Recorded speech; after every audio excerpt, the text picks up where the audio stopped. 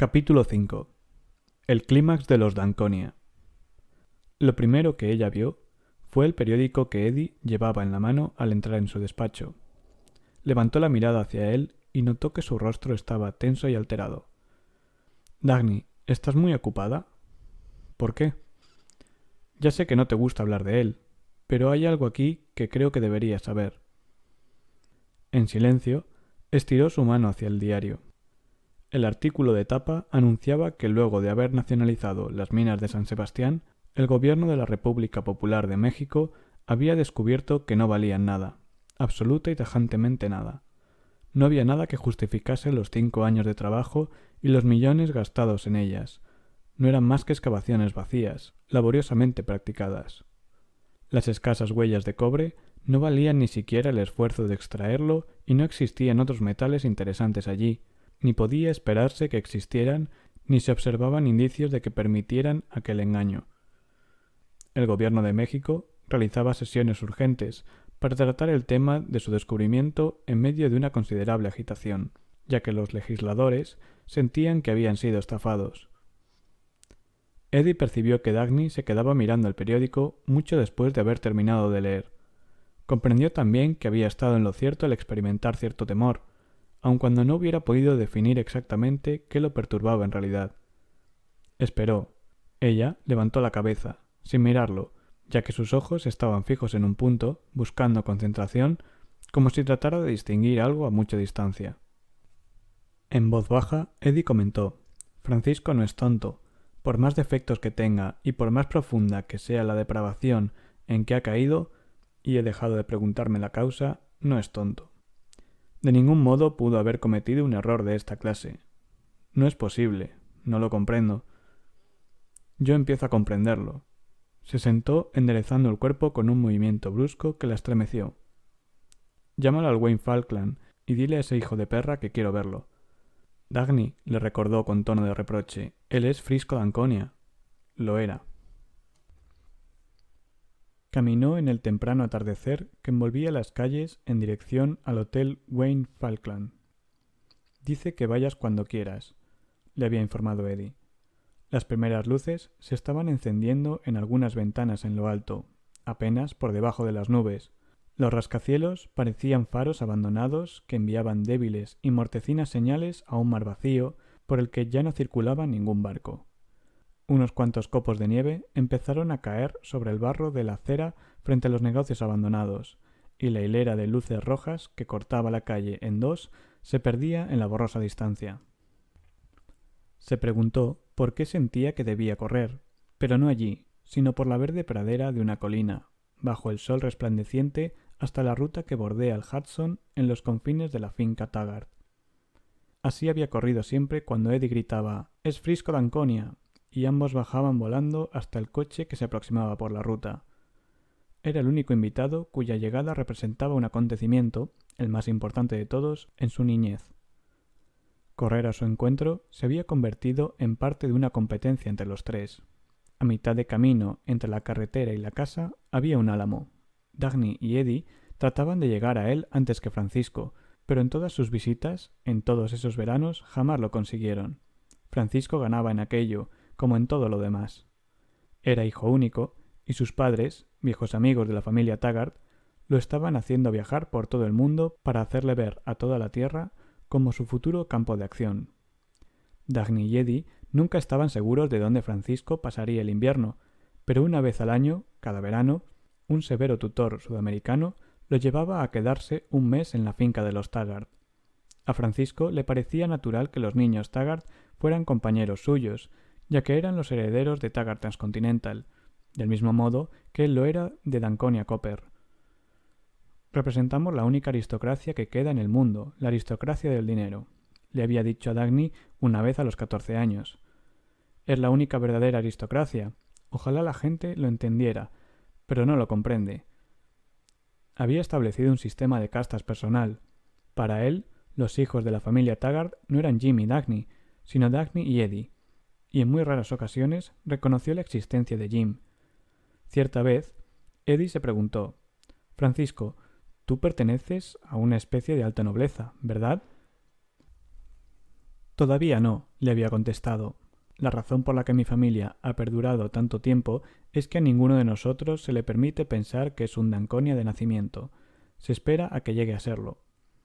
Pronunciaba su nombre como si deseara que sus interlocutores se sintieran armados caballeros tan solo por escucharlo. Su antepasado, Sebastián Danconia, había salido de España varios siglos atrás, en una época en que aquel era el país más poderoso del mundo, y aquel hombre era uno de sus personajes más orgullosos.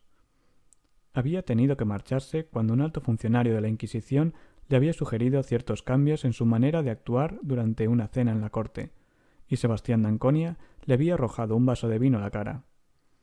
Había logrado escapar, dejando atrás su fortuna, sus fincas, su palacio de mármol y la mujer a la que amaba, y había partido hacia un nuevo mundo. Su primera propiedad en la Argentina fue una cabaña de madera a los pies de los Andes.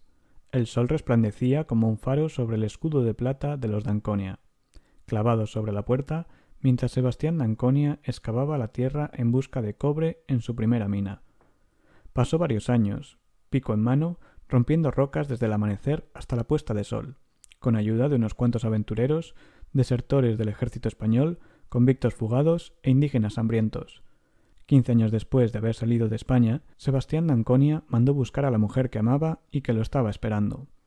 Al llegar, ella encontró el escudo de plata sobre la entrada de un palacio de mármol, en medio de un inmenso jardín y, más lejos, las montañas estriadas por las rojas vetas del metal.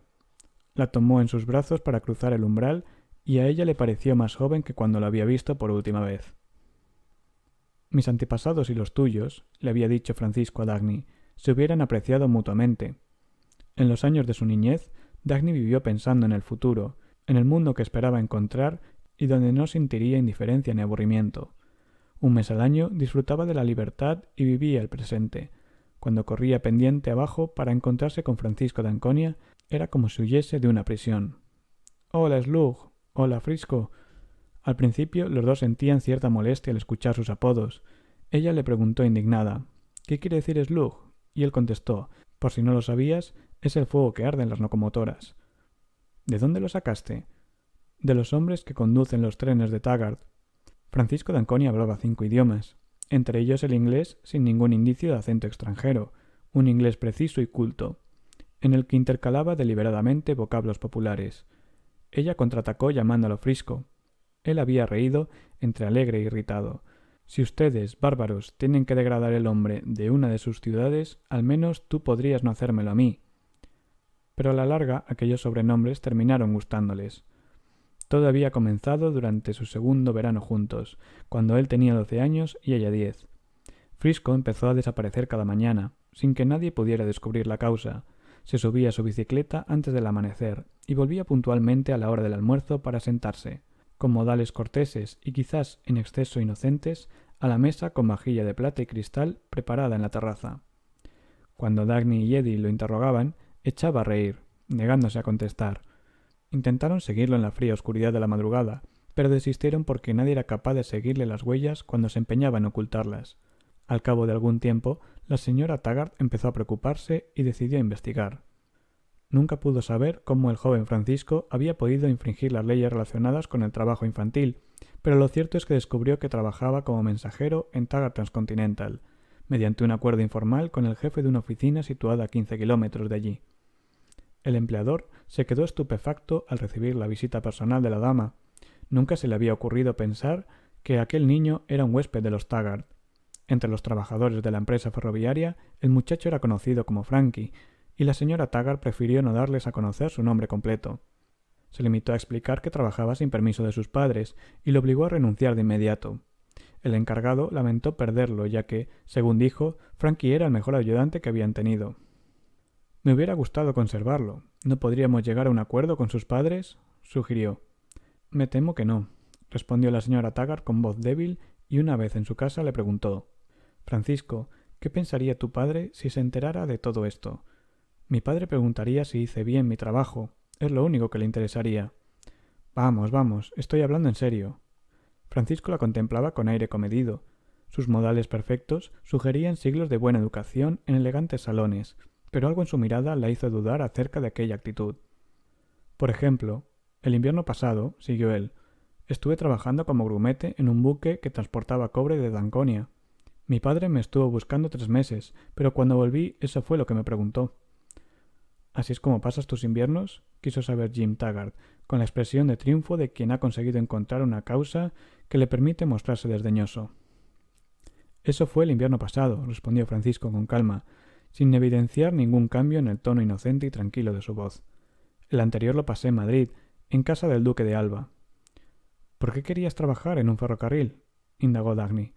Se miraron a los ojos, ella con admiración, él sonriente, pero sin ningún indicio de malicia, sino con simpatía. Para ver cómo es por dentro, Slug, le contestó, y para poder decirte que he trabajado en Taggart Transcontinental antes que tú.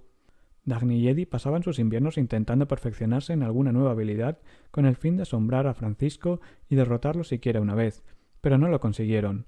Cuando le mostraron el modo en que golpeaban una pelota con un bate, juego que él no había practicado nunca, los estuvo contemplando unos minutos y luego dijo: «Creo que ya sé cómo se hace. Déjeme probar». Tomó el bate y golpeó la pelota y la envió por encima de una hilera de robles hasta los límites del campo. Cuando, como regalo de cumpleaños, Jim recibió una lancha, todos se sentaron en el embarcadero para contemplar la lección que le dio el instructor. Ninguno de ellos había conducido nunca una embarcación semejante. La blanca y resplandeciente nave, con forma de bala, avanzaba torpemente por el agua, dejando atrás una estela estremecida, mientras su motor jadeaba y tosía, y el instructor, sentado junto a Jim, mantenía el timón lejos de las manos del niño. Sin razón aparente, Jim levantó de pronto la cabeza y le gritó a Francisco: «¿Crees que lo harías mejor?» «Claro que sí. Pues inténtalo». Cuando el bote regresó y sus dos ocupantes saltaron a tierra, Francisco se puso al frente del timón. «Espere un momento», dijo el instructor que estaba en el muelle. «Déjeme echar antes un vistazo a todo esto». Y antes de que el instructor tuviese tiempo para moverse y comprendiera lo que estaba sucediendo, el bote salió como disparado al medio del río y se alejó.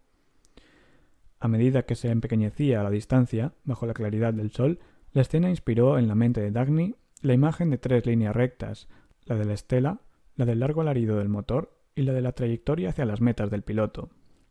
Observó la extraña expresión de su padre, que miraba la embarcación, ya casi invisible. No dijo nada, sino que se quedó allí, mirando. Recordó haberlo visto así en otra oportunidad, cuando inspeccionaba un complejo sistema de poleas que Francisco, de solo 12 años entonces, había instalado como ascensor hasta la cumbre de una roca, desde donde estaba enseñando a Dagny y a Eddie a zambullirse en el Hudson. Los cálculos y notas de Francisco estaban aún desparramados por el suelo. Su padre los recogió, los examinó y preguntó: «Francisco, ¿cuántos años de álgebra has estudiado?» «2». «¿Quién te ha enseñado todo esto?» «Oh, se trata solo de un invento mío». Dagny no sabía que lo que su padre estaba mirando en aquellas arrugadas hojas de papel era la tosca versión de una ecuación diferencial.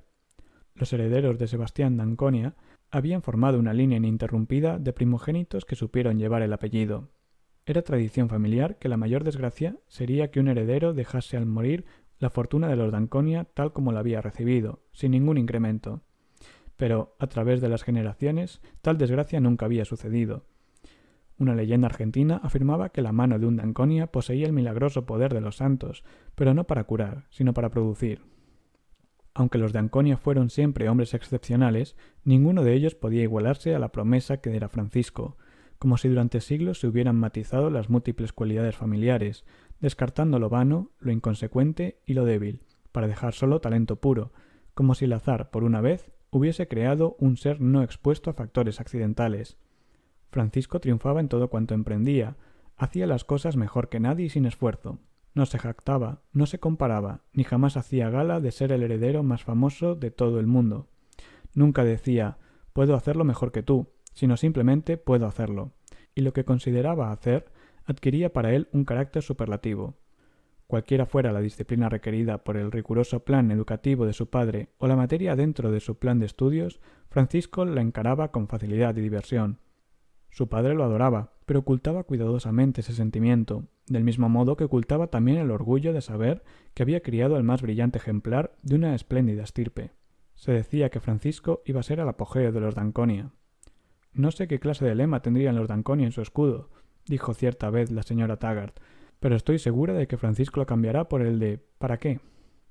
Era la pregunta que instantáneamente formulaba cuando se le proponía alguna actividad, y de ninguna manera accedía si no encontraba una respuesta válida. Atravesaba como un cohete su mes de vacaciones, pero si alguien lo detenía a mitad de camino, siempre le era posible dar nombre al propósito que guiaba sus pasos en aquel preciso instante. Dos cosas le resultaban imposibles: permanecer quieto y deambular sin rumbo. Veamos de qué se trata. Era la frase que pronunciaba ante Dagny y Eddie al emprender cualquier cosa, o si no, hagámoslo. En ello condensaba sus dos únicas formas de goce. Puedo hacerlo, dijo cuando construía su ascensor, aferrándose a la roca e introduciendo en ella cuñas de metal, moviendo los brazos con el ritmo de un experto mientras gotas de sangre brotaban, sin que lo advirtiera, de un vendaje en su muñeca. No, no podemos turnarnos, Eddie. No eres lo bastante grande como para manejar un martillo. Solo quita las malezas y déjame el camino libre. Yo me ocuparé de lo demás. ¿Qué sangre? Oh, no es nada. Un corte que me hice ayer. Dagny, ve a casa y tráeme una venda limpia. Jim los miraba. Siempre lo dejaban solo, pero con frecuencia lo veían a la distancia, observando a Francisco con peculiar intensidad. Casi nunca hablaba en presencia del argentino, pero a veces acorralaba a Dagny y le decía sonriendo con desprecio: «Finges ser una mujer de hierro con mentalidad propia, y no eres más que un trapo carente de energía. Es irritante ver cómo permites que ese pretencioso te dé órdenes. Te gobierna con el dedo meñique. No tienes nada de orgullo, acudes en cuanto silba, y haces lo que quiere. ¿Por qué no le lustras las botas?»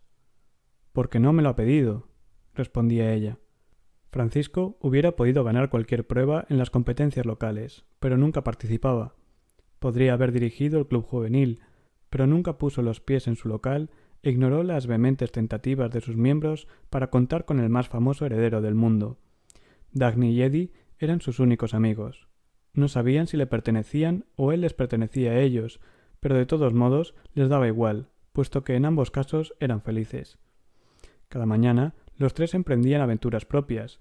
Una vez, un anciano, profesor de literatura, amigo de la señora Taggart, los vio sobre un montón de chatarra, en un patio, desmontando un coche viejo. Se detuvo, giró la cabeza y dijo a Francisco: «Un joven de tu posición debería pasar el tiempo en las bibliotecas, absorbiendo la cultura del mundo». «¿Y qué cree usted que estoy haciendo?», le contestó Francisco. No había fábricas en los alrededores, pero Francisco les enseñó a Dagny y Eddie a introducirse clandestinamente en los trenes Taggart para trasladarse a ciudades lejanas, donde trepaban por vallas, se metían en fundiciones y observaban la maquinaria por las ventanas, del mismo modo que otros niños iban al cine. «Cuando yo dirija Danconia Copper», decía Francisco, pero nunca tenían que explicarse sus proyectos, tan solo conocían sus objetivos y las causas que los impulsaban hacia ello. De vez en cuando eran atrapados por algún guarda, y el jefe de una estación situada a cientos de kilómetros de distancia tenía que telefonear a la señora Taggart para informarle: «Tenemos aquí a 3 jovenzuelos que dicen ser...». «Sí», contestaba la señora Taggart, con un suspiro. «Lo son. Por favor, envíelos de regreso». «Francisco», preguntó Eddie cierta vez, mientras se hallaban junto a las vías de una estación Taggart, «tú que has estado en casi todos los lugares del mundo, ¿qué es lo más importante que existe en la Tierra?». «Esto», contestó Francisco, señalando el emblema TT frente a una de las locomotoras, y agregó: «Me hubiera gustado conocer a Nat Taggart». Al observar la mirada que le dirigía a Dagny, no dijo nada más, pero minutos después, cuando paseaban por el bosque siguiendo un estrecho sendero de tierra húmeda entre lechos y rayos de sol, explicó: «Dagny, siempre respetaré un escudo de armas y siempre adoraré los símbolos de la nobleza, porque ¿acaso no soy un aristócrata? Sin embargo, me importan un comino las torres ruinosas y los unicornios apolillados. Los escudos de nuestra época figuran en los carteles publicitarios y en los anuncios de revistas populares». «¿A qué te refieres?», preguntó Eddie. «Me refiero a las marcas, Eddie», contestó Francisco, que aquel verano cumplía precisamente 15 años. «Cuando dirija Danconia Copper, estudio minería y mineralogía, porque debo estar preparado cuando llegue el momento en que esté al frente de Danconia Copper. Estudio ingeniería eléctrica, porque las empresas proveedoras de electricidad son los mejores clientes de Danconia Copper. Estudiaré filosofía, porque voy a necesitarla para proteger a Danconia Copper». «¿Pero no piensas en otra cosa que no sea Danconia Copper?», le preguntó Jim una vez. «No. Yo creo que existen otras cosas en el mundo. Dejemos que los demás se preocupen por ellas». «¿No te parece una actitud muy egoísta?». «Sí». «¿En qué consiste tu plan?». «En tener dinero». «¿No tienes suficiente?». «En el transcurso de su vida, cada uno de mis antepasados elevó la producción de Danconia Copper un 10% aproximadamente. Yo pienso elevarla a un 100%. ¿Para qué? Preguntó Jim, imitando con sarcasmo a Francisco. Cuando me muera, quiero ir al cielo, sea lo que fuere ese sitio, y quiero poder pagar la admisión. La virtud es el precio del ingreso, respondió Jim altivamente. A eso me refiero, James, y deseo exhibir la mayor virtud de todas, la de haber sido capaz de hacer dinero. Eso puede hacerlo cualquier corrupto. James, algún día sabrás que toda palabra tiene su significado exacto. Francisco sonrió burlándose. Observándolos, Dagny pensó de pronto en la diferencia que existía entre Francisco y su hermano Jim. Los dos sonreían con similar desdén, pero Francisco parecía burlarse de las cosas presentes al atender otras superiores, mientras Jim lo hacía como si pretendiera que nada tenía importancia. Notó una vez más la sonrisa de Francisco, cierta noche cuando estaba sentada con él y Eddie ante una fogata que habían encendido en el bosque. El resplandor de las llamas los encerraba en una valla de quebrados y movedizos reflejos que incluía la leña, las ramas y las distantes estrellas. Le pareció que fuera de aquellos límites no existía nada más que una oscuridad vacía, con una insinuación de una promesa estremecedora y espantosa, igual que el futuro. Pero el futuro, pensó, sería como la sonrisa de Francisco. Allí estaba la clave para ella, la advertencia anticipada de su naturaleza, en su rostro, frente al fuego, bajo el ramaje de los pinos. Y de pronto experimentó una insoportable sensación de dicha, insoportable porque no podía expresar su plenitud. Miró a Eddie, quien también contemplaba a Francisco. A su manera, Eddie sentía lo mismo que ella. ¿Por qué simpatizas con Francisco?, le preguntó semanas más tarde, cuando aquél ya se había marchado. Eddie la miró asombrado, porque nunca se le había ocurrido que semejante sentimiento pudiera ser cuestionado y respondido. Me hace sentir seguro. A mí me produce una sensación de excitación y de peligro, confesó Dagny. Al verano siguiente, Francisco tenía 16 años. Un día, él y Dagny se hallaban solos en la cumbre de un peñasco junto al río, con los pantalones y las camisas desordenados por la trepada hasta allí. Miraban hacia el horizonte, pues se habían oído decir que en días muy claros podía distinguirse Nueva York a la distancia. Pero sólo percibían el halo de 3 clases de luz distintas, mezclándose entre sí, la del río, la del cielo y la del sol.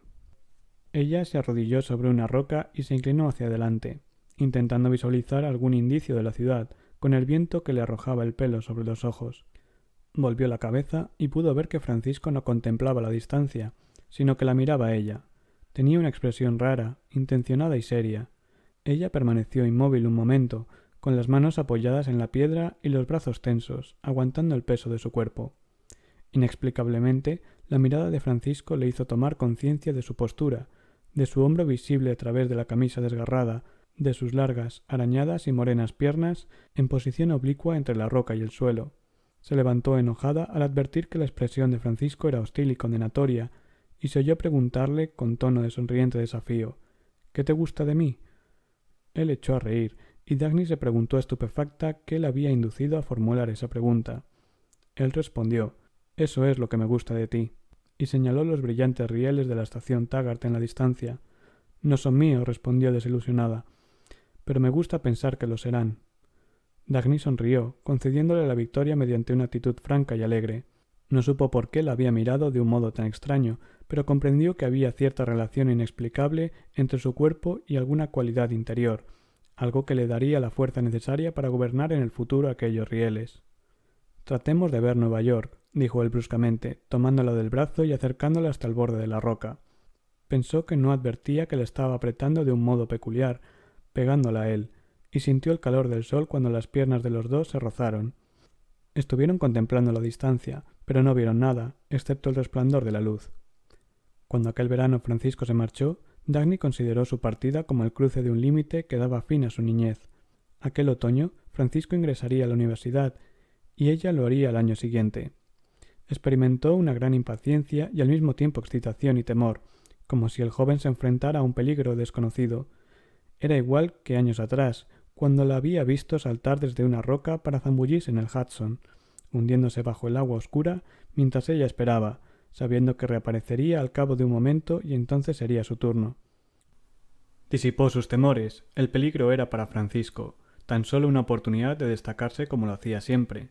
No podía perder batallas, ni existían enemigos capaces de vencerlo. Luego se acordó de algo que había oído años atrás. Era una observación extraña, pero aún más insólito resultaba que aquellas palabras hubieran permanecido fijas en su mente, porque cuando las oyó le parecieron insensatas. Quien las pronunció era un viejo profesor de matemáticas, amigo de su padre, que había visitado su casa de campo por esa única vez. Le gustaba su cara y aún recordaba la peculiar tristeza de sus ojos cuando, cierta noche, sentado en las terrazas bajo la incierta claridad crepuscular, dijo a su padre, señalando a Francisco, que se hallaba en el jardín: «Ese muchacho es sensible, tiene una aptitud muy grande para el goce. ¿Qué hará en un mundo donde hay tan raras ocasiones para eso?» Francisco ingresó en la universidad elegida por su padre desde mucho tiempo antes y considerada como la más distinguida del mundo, la Universidad Patrick Henry de Cleveland. Aquel invierno no fue a visitarla a Nueva York, aunque se hallara solo a una noche de distancia. No se escribieron, nunca lo habían hecho, pero Dagny sabía que cuando llegara el verano iría a pasar un mes en el campo con ellos. Durante aquel invierno experimentó, en ciertas ocasiones, una molestia indefinible. Las palabras del profesor seguían fijas en su mente como una advertencia que no podía explicar. Optó por no hacerle caso, y al pensar en Francisco sentía la tranquilizadora seguridad de que iba a disponer de otro mes de adelanto sobre el futuro, como prueba de que el mundo que ella contemplaba era real, aun cuando no fuera el mismo de quienes la rodeaban. «Hola, Slug. Hola, Frisco». De pie en la ladera, en el primer instante en que volvió a verlo, comprendió de pronto la naturaleza de aquel mundo que ellos dos oponían al de los demás. Fue solo una pausa momentánea. Sintió el roce de su falda de algodón, movida por el viento contra sus rodillas, el sol sobre sus párpados y una estimulante sensación de tan inmenso alivio que hundió los pies en la hierba para no elevarse, etérea, con el viento. Fue una repentina sensación de libertad y aplomo, porque se dio cuenta de que no sabía nada acerca de la vida de Francisco, no lo había sabido nunca, ni nunca necesitaría saberlo. El mundo de la fortuna, el mundo del ambiente familiar, de las comidas, de las escuelas, de la gente sin propósito que parecía transportar el fardo de una culpa desconocida, no era el de ellos. No podían ni les interesaba cambiarlo. Jamás habían hablado del presente, tan solo de aquello que pensaban y de lo que harían. Lo contempló en silencio. Una voz interior le decía: «No las cosas que hay ahora, sino las que haremos. Nada debe detenernos, tú y yo. Perdona mi miedo si creo que puedo perderte por ellos. Perdona mi duda, pero esas cosas nunca te afectarán. Jamás volveré a sentir temor por ti». También él la miró un momento, pero Dagny le pareció que no lo hacía con expresión de bienvenida, sino como si hubiera estado pensando en ella todos los días del año. No estaba segura, fue solo un sesgo fugaz, tan breve que en el momento de percibirlo él se volvía ya para señalar el árbol, y decía en el mismo tono de su repetido juego infantil: «Me gustaría que corrieses más rápido. Siempre tengo que esperarte». «¿Siempre me esperas?», preguntó ella alegremente. «Siempre», respondió él sin sonreír. Mientras subía en la pendiente hacia la casa, Francisco le habló a Eddie. Ella caminó a su lado en silencio. Notaba que entre los dos había cierta reticencia, que extrañamente adquiría la forma de una nueva clase de intimidad. No le hizo preguntas acerca de la universidad. Días después, se limitó a inquirir si le gustaba. «Hoy en día enseñan muchas tonterías», contestó él, «pero hay algunas asignaturas que me gustan bastante». «¿Has hecho amigos?» «2». No le dijo nada más. Jim estaba terminando sus estudios en un instituto de Nueva York, cosa que lo imbuía en una extraña y trémula beligerancia, como si hubiera encontrado un arma nueva. Una vez, increpó a Francisco en medio del jardín en tono de agresiva santurronería. «Creo que ahora que ya eres universitario, deberías aprender algo acerca de ideales. Es tiempo de olvidar tu ambición egoísta y pensar un poco en tus responsabilidades sociales, porque todos esos millones que vas a heredar no deberían ser para tu placer personal, sino un fideicomiso en pro de los necesitados y los pobres. Me parece que la persona que no se dé cuenta de esto pertenece a la clase más depravada del ser humano». Francisco respondió cortésmente: «Pues yo creo, James, que no es aconsejable opinar sin que te lo pidan. Podrías ahorrarte la perturbadora consecuencia que tu juicio pueda tener para tu interlocutor». Cuando se alejaban, Dagny le preguntó: «¿Hay muchos hombres como Jim en el mundo?» «Muchísimos», respondió Francisco riendo. «¿Y no te importa?» «No, no tengo que tratarlos. ¿Por qué me lo preguntas?» «Porque creo que, en cierto modo, resultan peligrosos, aunque no sé cómo». «Por Dios, Dagny, ¿quieres que tenga miedo de un objeto como James?» Días después, cuando paseaban solos por el bosque, a orillas del río, ella preguntó: «Francisco, ¿cuál es la clase más depravada de ser humano?» «El que no tiene propósitos». Ella contemplaba las rectas ramas de los árboles que se erguían irrumpiendo en el amplio y brillante espacio. El bosque era oscuro y fresco, pero las ramas exteriores captaban los cálidos y plateados rayos de sol reflejados por el agua. Se preguntó por qué le gustaba tanto aquel espectáculo, cuando nunca antes había prestado atención al paisaje que la rodeaba, y por qué tenía conciencia tan firme de su goce, de sus movimientos y de su cuerpo mientras caminaba. No quería mirar a Francisco. Notaba que su presencia se hacía más intensamente real cuando apartaba los ojos de él, casi como si la conciencia de sí misma procediera de su acompañante, igual que la luz del agua procedía del sol. ¿Te crees buena, verdad? Preguntó. Siempre lo he creído, contestó ella, retadora, sin volverse. Demuéstramelo. Demuéstrame hasta qué punto puedes ascender en Taggart Transcontinental. No importa cuán buena seas, espero que sepas manejar todo cuanto logres, tratando de prosperar todavía más, y cuando quedes exhausta con tu esfuerzo al alcanzar el objetivo, espero que pienses en el siguiente. ¿Y por qué debo demostrarte todo eso? Preguntó. ¿Quieres que te conteste? No, susurró Dagny, fijando la mirada en la otra orilla del río perdida en la distancia. Lo oyó reír por lo bajo y luego decir: Dagny, no hay nada de importancia en la vida, más allá de lo bien que uno hace su trabajo. Nada, tan solo eso. Todo cuanto seas procede de ahí. Es la única medida del valor humano. Todos los códigos de ética que intenten hacerte tragar son solo papel moneda puesto en circulación por estafadores para despojar de sus virtudes a las personas. El código del talento es el único sistema moral basado en el patrón oro. Cuando seas mayor comprenderás lo que te digo. Ya lo sé ahora, pero ¿por qué tú y yo somos los únicos que parecemos comprenderlo? ¿Y por qué deberías preocuparte por los demás? Porque me gusta llegar al fondo de las cosas y existe algo en la gente que no llego a entender. ¿Qué cosa? Verás, siempre he sido poco popular en la escuela, pero eso no me preocupó. Ahora he descubierto la razón, una razón absurda. Les disgusto, no porque haga las cosas mal, sino porque las hago bien, porque siempre he tenido las mejores calificaciones, sin necesidad de estudiar. ¿Crees que debería sacar notas bajas para convertirme en la muchacha más admirada de mi escuela? Francisco se detuvo, la miró y le dio una bofetada. Los sentimientos de Dagny quedaron encerrados en aquel instante único, en tanto el suelo se balanceaba bajo sus pies y le invadía un luminoso estallido de emoción. Sabía que habría matado a cualquier otra persona que se hubiera atrevido a golpearla de aquel modo, y sintió la violenta furia que le hubiera dado la fuerza suficiente para hacerlo, y al mismo tiempo un violento placer por la reacción de Francisco. El sordo ardiente dolor en su mejilla y el sabor de la sangre en la comisura de la boca le produjeron placer. El placer surgía de lo que había comprendido repentinamente sobre él, sobre sí misma y sobre sus motivos. Se esforzó por dominar el vértigo, mantuvo la cabeza erguida y miró a su compañero fijamente, consciente de una nueva fuerza, sintiéndose por primera vez igual a él. En sus labios se pintaba una burlona sonrisa triunfal. ¿Tanto te ha afectado? Preguntó ella.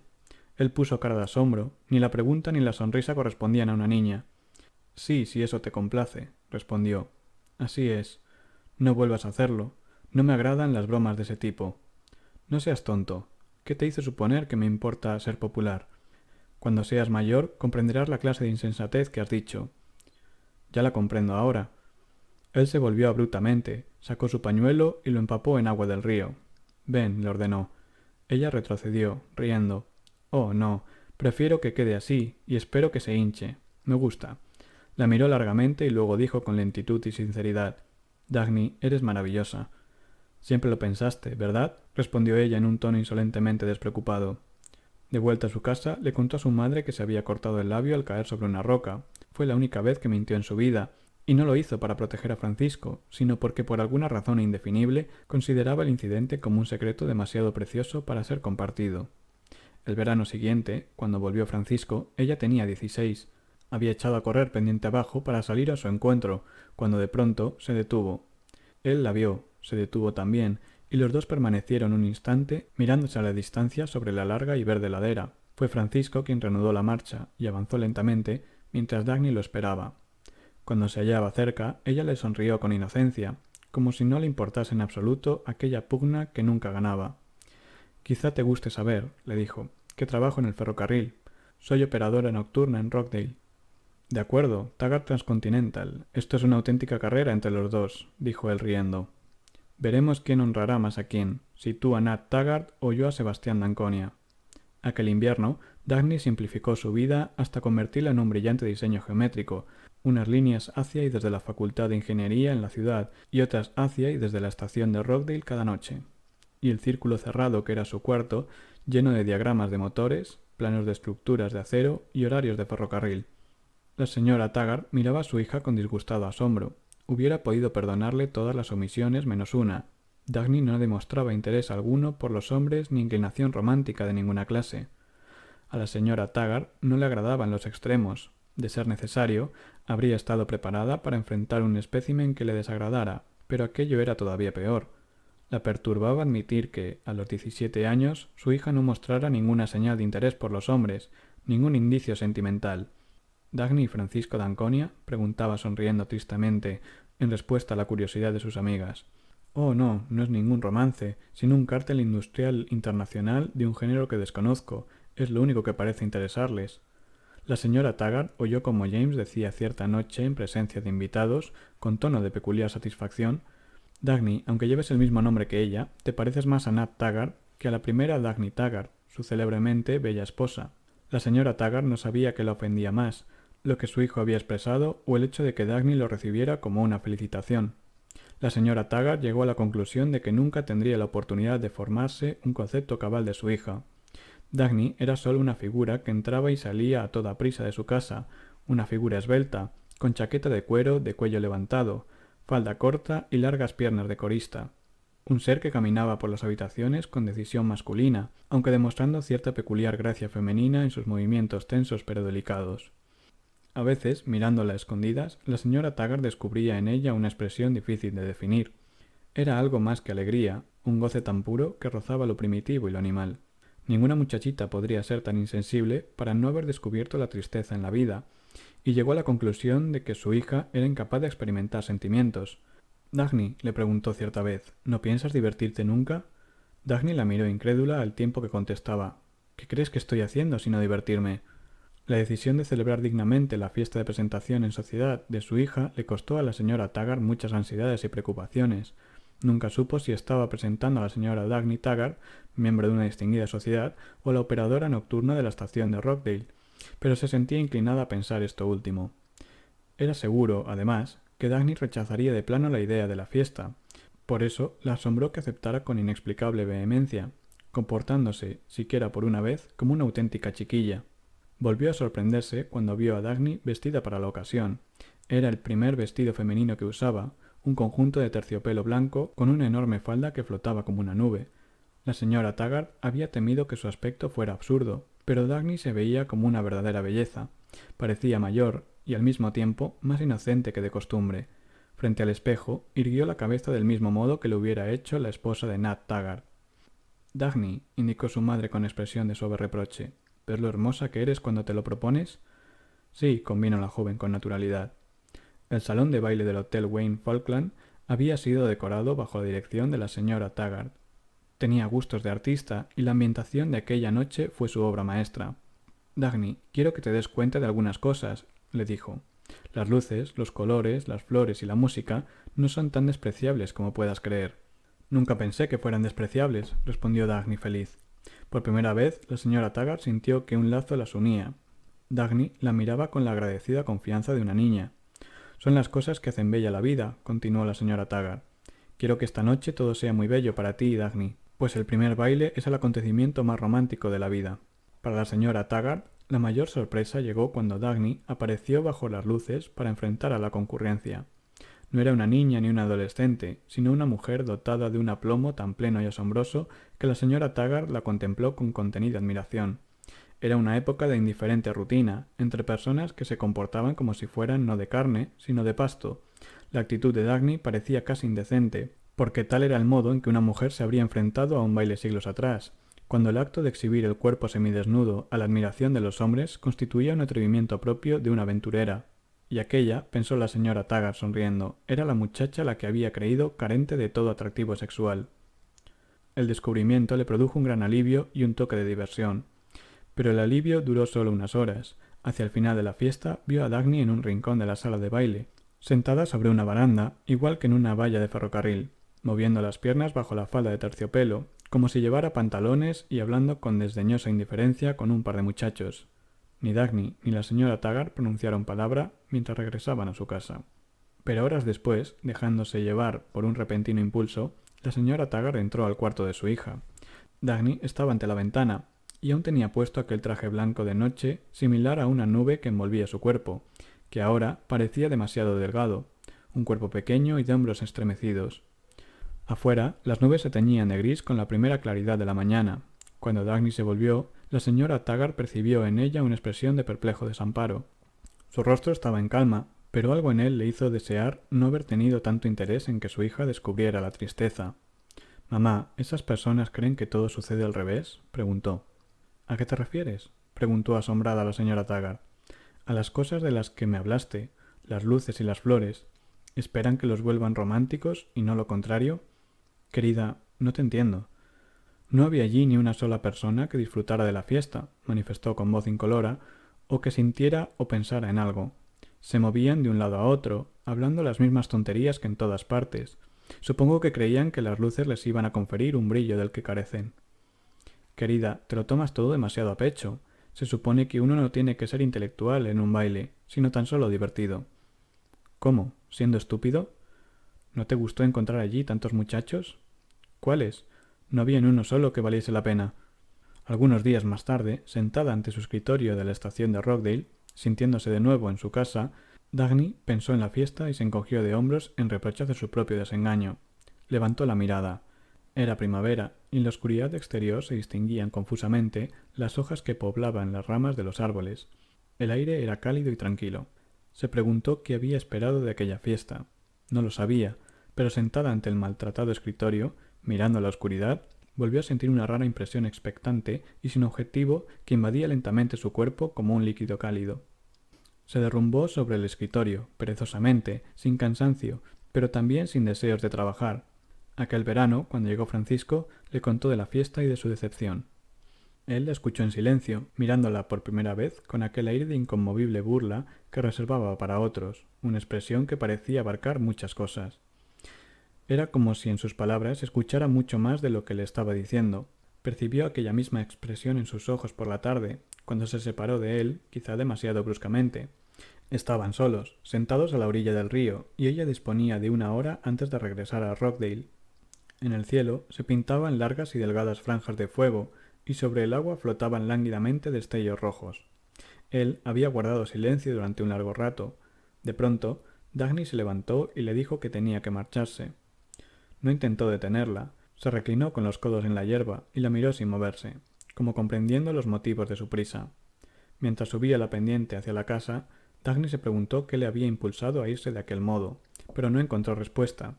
Había sido una repentina inquietud procedente de un sentimiento que sólo ahora identificaba: expectación. Cada noche recorría en automóvil los 10 kilómetros que separaban su casa de Rockdale. Volvía al amanecer, dormía unas horas y se levantaba a la misma hora que los demás, pero no deseaba seguir durmiendo.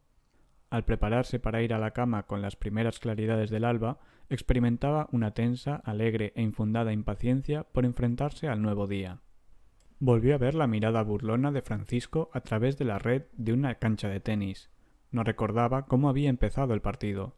Habían jugado juntos con frecuencia, y él siempre ganaba. Nunca supo en qué momento había decidido vencerlo en esta ocasión. Al tomar conciencia de ello, dejó de ser una decisión o un deseo, para transformarse en una furia cada vez más intensa. No sabía por qué le era preciso ganar, no sabía por qué le resultaba tan urgente, crucial y necesario. Solo sabía que tenía que hacerlo y que lo lograría. El juego le resultaba fácil, era como si su voluntad hubiera desaparecido y alguien efectuara el esfuerzo por ella. Contempló a Francisco, su alta y rápida figura, con el bronceado de sus brazos puesto en evidencia por las mangas de la blanca camiseta. Experimentó un arrogante placer al observar la agilidad de sus movimientos, porque eso era precisamente lo que tenía que vencer, para que cada uno de sus expertos ademanes se convirtiera en una victoria suya, y la brillante competencia de su cuerpo en un triunfo personal. Notó el creciente dolor del esfuerzo, aunque sin saber que era dolor. Eran repentinas punzadas que le hacían fijar momentáneamente la atención en alguna parte de su cuerpo, la axila, el omóplato, la cadera a la que se pegaba la blanca tela del pantaloncillo o las piernas cuando saltaba para devolver la pelota, para enseguida olvidarse. Cuando el cielo adoptaba un tono rojo oscuro y la pelota volaba hacia ella en la oscuridad, como una blanca llama vertiginosa, un delgado alambre tirante se disparaba desde su tobillo, subiendo por su espalda y acabando por impulsarse a través del aire, para arrojar la pelota hacia Francisco. Sentía un placer exultante, porque cada punzada de dolor iniciada en su cuerpo iba a terminar en el de su rival, porque también Francisco estaba fatigándose, porque lo que hacía, ella lo devolvía. No era solo su dolor el que sentía, sino también el de él. En los momentos en que le era posible verle la cara, descubría su risa y su mirada comprensiva. Jugaba no para ganar, sino para hacerle la victoria más difícil, enviándole la pelota de modo de obligarla a correr, perdiendo puntos para verla retorcer el cuerpo en un dificilísimo revés, quedándose inmóvil para que creyera que iba a fallar y llegando luego de manera natural, en el último instante, para devolver la pelota, con tal fuerza que ella suponía que no podría alcanzarla.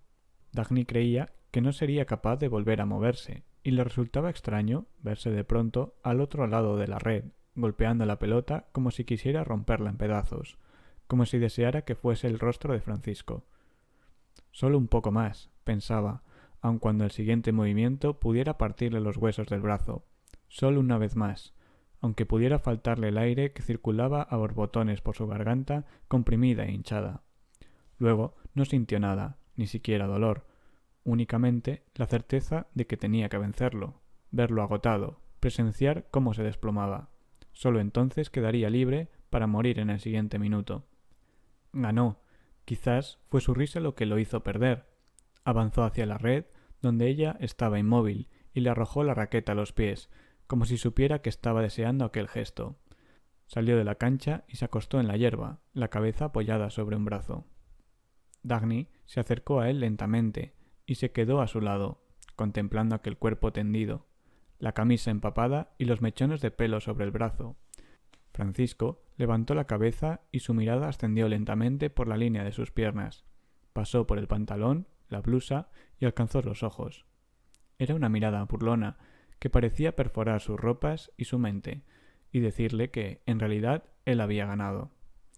Aquella noche se sentó en su oficina de Rockdale, sola en el viejo edificio de la estación, contemplando el cielo por la ventana. Era su hora preferida, cuando los cristales superiores cobraban un tinte más ligero y los rieles se convertían en borrosas líneas de plata. Apagó la lámpara y contempló la amplia y silenciosa extensión de la tierra inmóvil. Todo estaba en calma, ni una hoja temblaba en los árboles, mientras el cielo iba perdiendo lentamente su color y se convertía en una inmensidad de agua brillante. A esa hora el teléfono guardaba silencio, como si el tránsito se hubiera detenido en toda la red. Oyó pasos que se acercaban a la puerta y enseguida entró Francisco. Nunca la había visitado en Rockdale, pero no se sorprendió al verlo. «¿Qué haces aquí a esta hora?», preguntó. «No tenía ganas de dormir». «¿Cómo llegaste? No oí tu coche. Vine a pie». Transcurrieron algunos minutos antes de que Dagny tomase conciencia de que no le había preguntado el motivo de su visita, pero no quería averiguarlo. Él recorrió la habitación, contemplando los anuncios y avisos pegados a las paredes y el calendario con un grabado del Comet Taggart, inmovilizado sobre el papel, lanzándose a toda velocidad sobre el espectador. Francisco estaba como en su casa, como si aquel lugar le perteneciera. Así ocurría siempre que estaban juntos, pero no parecía tener ganas de hablar. Hizo unas cuantas preguntas acerca de su trabajo y guardó silencio. A medida que iba amaneciendo, el movimiento también se aceleraba en la red ferroviaria y el teléfono empezó a sonar, rompiendo la calma. Dagny volvió a su trabajo y Francisco se sentó con una pierna sobre el brazo del sillón, esperando. Ella trabajaba con rapidez, con la mente extraordinariamente clara. Le causaba placer el rápido movimiento de sus manos. Se concentró en el ruido agudo y fuerte del teléfono, en las cifras de los trenes, en los números de los vagones y en otros datos similares, sin percibir nada más. Pero cuando una hoja de papel cayó al suelo y se inclinó para recogerla, sintió de un modo particular la intensidad de aquel momento, puntualmente consciente de sí misma y de sus movimientos. Percibió su falda gris, las mangas arremangadas de su blusa también gris, y su brazo desnudo que se estiraba hacia el papel caído. Por un instante, su corazón se detuvo sin causa aparente. le sobrevino una especie de jadeo de los momentos de intensa emoción. Recogió el papel y volvió a su trabajo. Ya era casi de día cuando un tren pasó por la estación sin detenerse. Bajo la pura claridad del alba, la larga hilera de vagones que parecía volar sobre la tierra, sin tocarla, dibujó una línea de plata. El suelo de la estación tembló y los cristales vibraron. Dagny contempló el paso del tren con una sonrisa de excitación y miró a Francisco, que la estaba mirando con idéntica sonrisa. Cuando llegó el empleado del turno siguiente, Dagny y Francisco salieron al fresco matinal. El sol no se había levantado aún y la brisa tenía algo de radiante. Dagny no estaba cansada, por el contrario, estaba como si acabara de levantarse.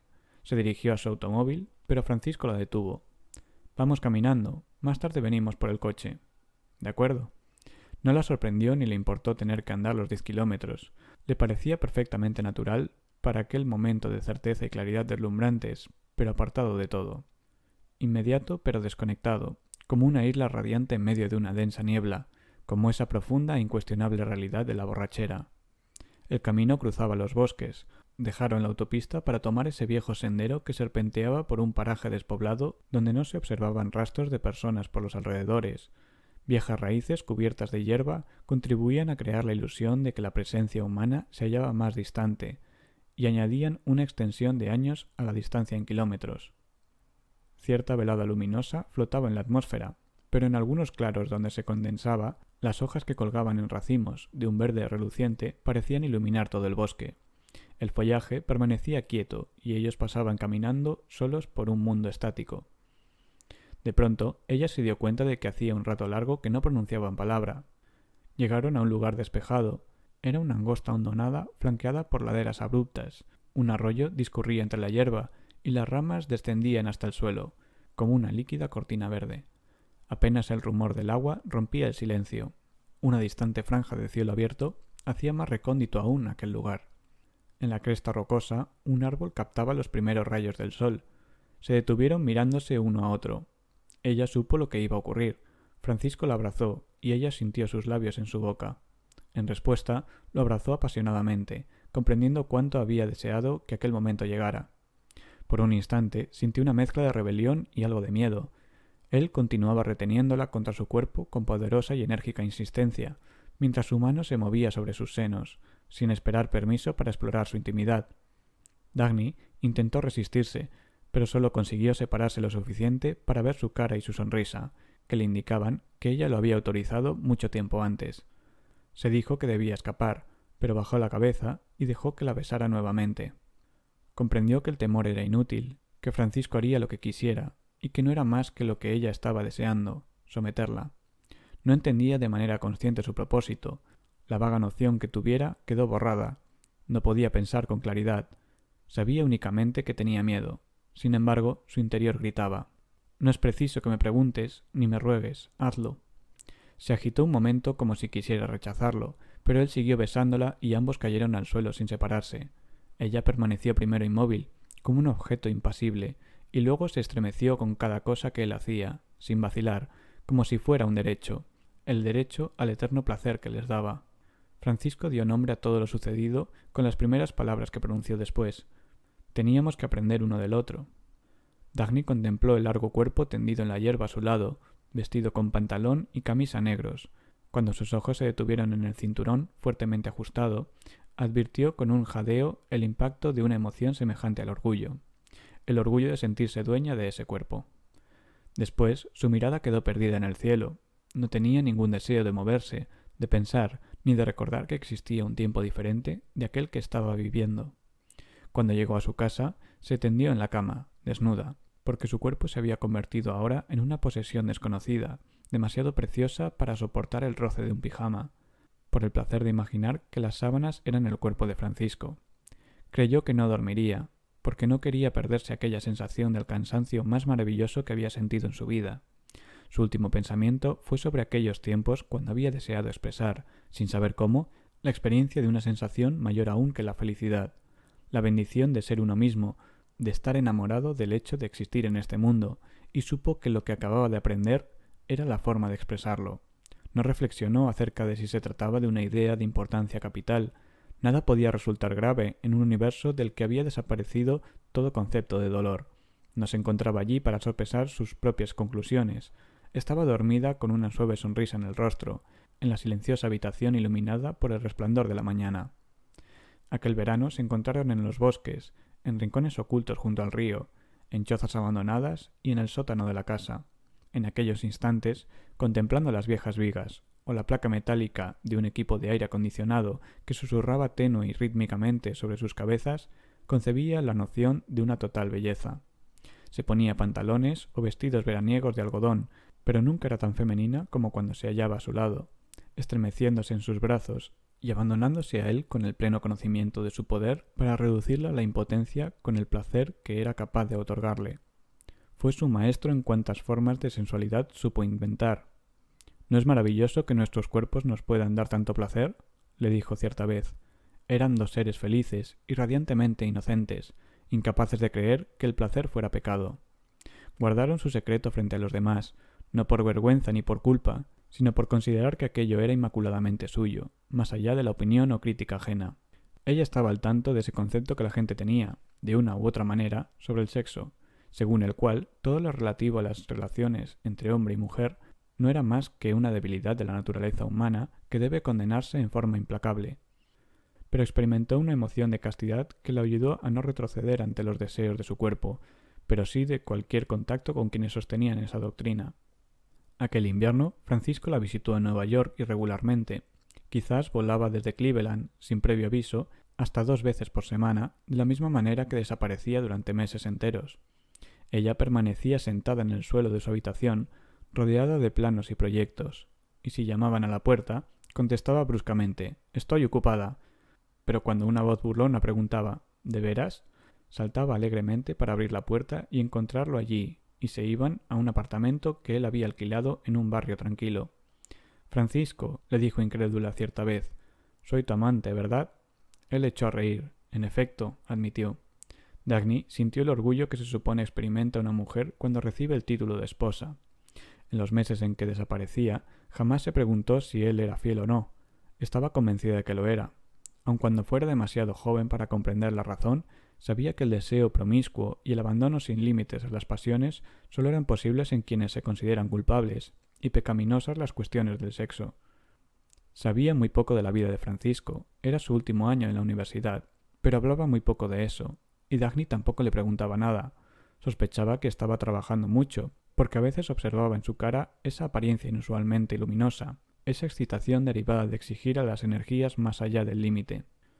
Una vez se burló, jactándose de ser una vieja empleada de Taggart Transcontinental, mientras que él no había empezado aún a ganarse la vida. «Mi padre rehúsa dejarme trabajar en Danconia Copper hasta que me haya graduado», explicó. «¿Desde cuándo eres tan obediente?» «He de respetar sus deseos. Es el dueño de Danconia Copper, aunque desde luego no de todas las compañías del mundo», replicó con un indicio de secreta alegría. Dagny no se enteró de la historia hasta el otoño siguiente, cuando él se graduó y regresó a Nueva York, tras una visita a su padre en Buenos Aires. Durante los últimos 4 años había seguido 2 cursos, uno en la Universidad Patrick Henry y otro en una fundación de cobre en las afueras de Cleveland. «Me gusta aprender las cosas por mí mismo», le dijo entonces. Había empezado a trabajar en la fundición como ayudante a los 16 años, y ahora, a los 20, era su propietario. Consiguió su primer título de propiedad alterando su edad, el día en que recibió su diploma universitario, y le envió ambos documentos a su padre. Le mostró a Dagny una fotografía de la fundición. Era un lugar pequeño y triste, muy viejo, maltratado por los años de desesperada lucha. Sobre la entrada, cual estandarte sobre un montón de ruinas, se veía el letrero «Danconia Copper». El encargado de relaciones públicas de la oficina de su padre en Nueva York había gruñido: «Pero don Francisco, no puede hacer eso. ¿Qué pensará el público al ver ese nombre sobre semejante despojo?» «Es mi nombre», había contestado Francisco. Cuando entró en el despacho de su padre en Buenos Aires, un aposento amplio, severo y moderno, como un laboratorio, con fotografías de las propiedades de Danconia Copper, las minas, yacimientos y fundiciones más grandes del mundo, como único adorno en las paredes, vio que en el lugar de honor, frente al escritorio de su padre, había un cuadro de la fundición de Cleveland, con su letrero nuevo sobre la puerta. Su padre posó la mirada en la foto y luego en él, que se encontraba de pie frente a su escritorio. «¿No es demasiado pronto?», le preguntó. «No hubiera podido soportar 4 años solo yendo a clase». ¿Cómo obtuviste el dinero para el primer pago de esta propiedad? Operando en la bolsa de Nueva York. ¿Cómo? ¿Quién te ha enseñado eso? No es difícil averiguar qué empresas industriales triunfarán y cuáles no. ¿De dónde sacaste el dinero? De tu mensualidad y de mi sueldo. ¿Cuándo tuviste tiempo para seguir las fluctuaciones de la bolsa? Mientras escribía una tesis sobre la influencia del motor inmóvil de Aristóteles sobre subsiguientes sistemas metafísicos. La estancia de Francisco en Nueva York aquel otoño fue muy breve, pues su padre lo envió a Montana, como supervisor auxiliar de una mina. Mi padre no cree aconsejable que ascienda con demasiada rapidez, le contó sonriente a Dagny. No quisiera que confiara en mí solo porque se lo pido. Si lo que desea es una demostración concreta, la tendrá. En primavera, Francisco regresó como jefe de la oficina neoyorquina de Danconia Copper. En los 2 años siguientes, él y Dagny se vieron muy poco. Ella nunca sabía dónde se encontraba él, en qué ciudad o continente, al otro día de haberlo visto. Siempre se presentaba inesperadamente, y a ella le gustaba, porque de ese modo su presencia era un continuo, como el rayo de una luz escondida, que podía iluminarla en cualquier momento. Cuando lo veía en su despacho, recordaba sus manos sosteniendo el timón de la lancha. Conducía sus negocios con la misma suavidad, confianza y peligrosa velocidad. Pero cierto detalle había quedado fijado también en su mente, y evocarlo la estremecía. No cuadraba con su persona. Cierta tarde lo vio de pie ante la ventana de su despacho, contemplando el sombrío cielo invernal de la ciudad. Estuvo sin moverse un largo rato, con el rostro tenso y endurecido, presa de una emoción que Dagny nunca creyó posible en él, una ira amarga y desesperanzada. Algo anda mal en el mundo, dijo. Siempre ha sido así, algo que nadie ha nombrado ni entendido jamás. Pero no quiso aclarar a qué se refería. Cuando volvió a verlo, no había en su actitud indicio alguno de aquel pensamiento. Era primavera y los dos se encontraban en la terraza de un restaurante. La seda ligera de su vestido de noche se agitaba al viento, rozando el cuerpo de Francisco, de rigurosa etiqueta. Contemplaban la ciudad. En el comedor, detrás de ellos, sonaba un concierto estudio de Richard Halley. El compositor no era todavía muy conocido, pero ellos lo habían descubierto y amaban su música. Francisco dijo: «Aquí no es preciso contemplar los rascacielos a la distancia, ¿verdad? Los tenemos al alcance de la mano». Ella sonrió al responder: «Creo que lo superamos. Casi tengo miedo. Parece como si nos halláramos en un ascensor de alta velocidad». «Desde luego, pero ¿por qué tener miedo? Deja que acelere. ¿Por qué ha de existir un límite?» Francisco tenía 23 años cuando su padre murió y él se trasladó a Buenos Aires para hacerse cargo de propiedades que ahora pasaban a ser suyas. Dagny estuvo 3 años sin verlo. Al principio le escribía a intervalos irregulares, le contaba cosas de Danconia Copper y del mercado mundial, así como de asuntos relacionados con los intereses de Taggart Transcontinental. Sus cartas eran breves y las escribía a mano, casi siempre de noche. Su ausencia no la entristecía. Ella también estaba dando sus primeros pasos hacia el dominio de su futuro reino. Entre los líderes de la industria, amigos de su padre, había oído decir que era aconsejable vigilar al joven Danconia, que aquella compañía productora de cobre había sido siempre grande, pero que ahora iba a expandirse por el mundo si la conducción del joven Francisco resultaba como preveían. Ella solo sonreía, sin sorprenderse. En ciertos momentos experimentaba un repentino y violento deseo de él, pero era solo impaciencia, no dolor, y alejaba esa sensación en el convencimiento de que ambos estaban trabajando en pro de un futuro que les reportaría todo cuanto deseaban, incluida su mutua compañía.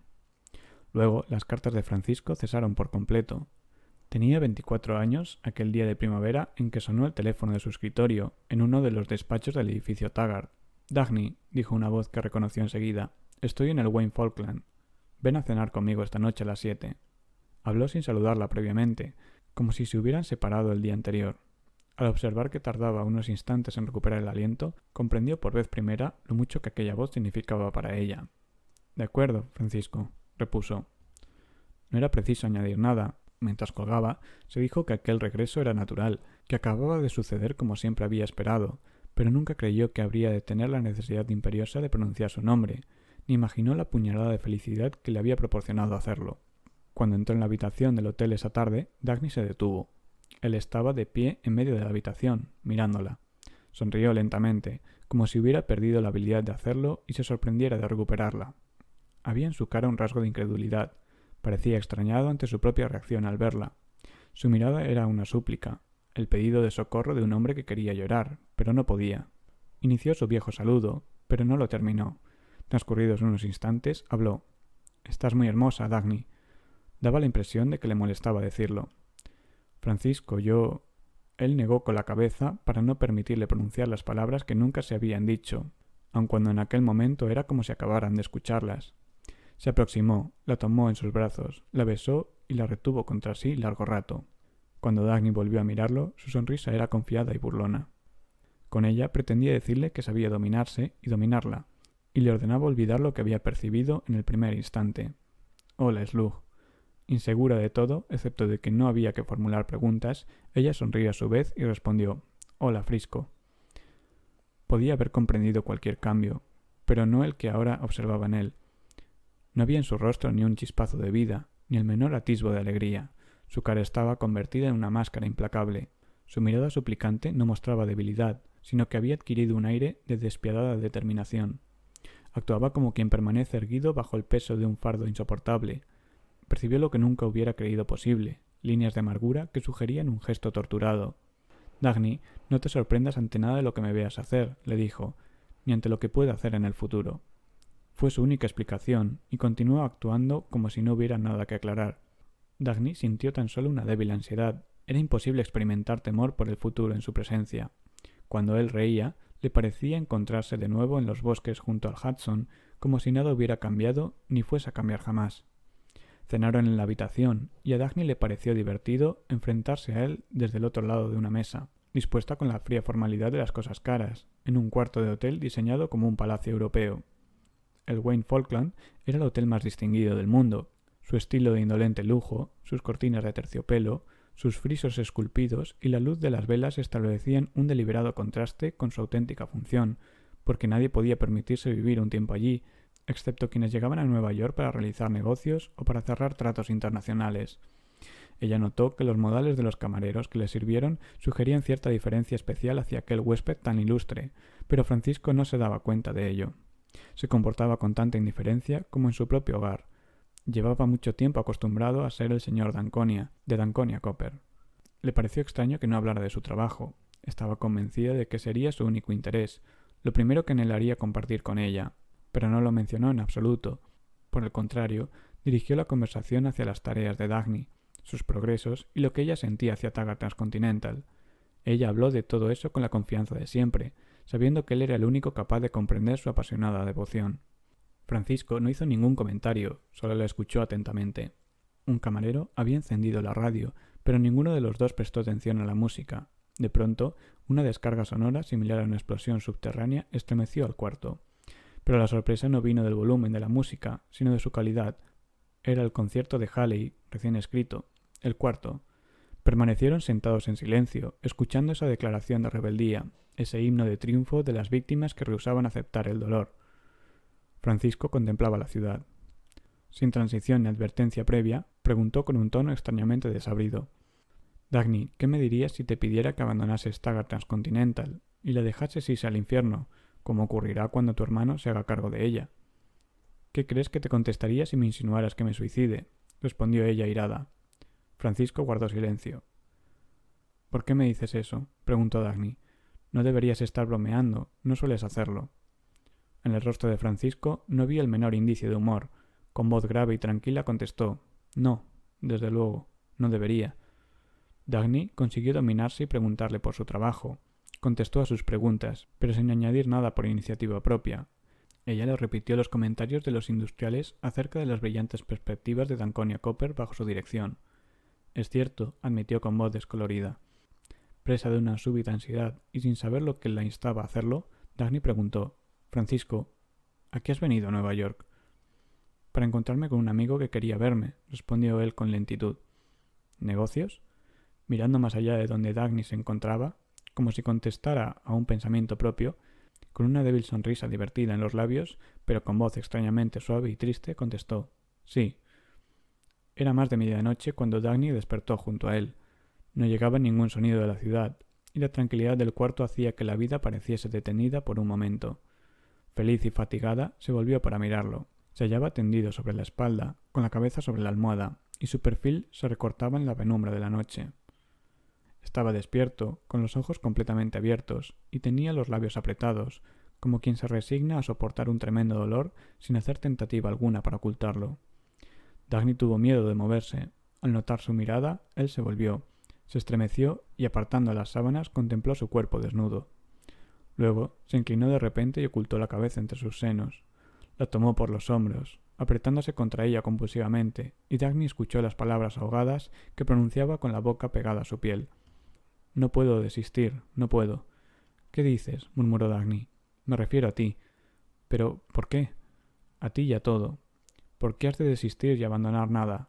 Dagny, ayúdame a negarme, aun cuando él tenga razón. ¿Negarte a qué, Francisco? Preguntó con calma. No contestó, sino que apretó la cara todavía con más fuerza contra ella. Dagny estaba inmóvil, sin conciencia de nada, excepto de una suprema necesidad de cautela.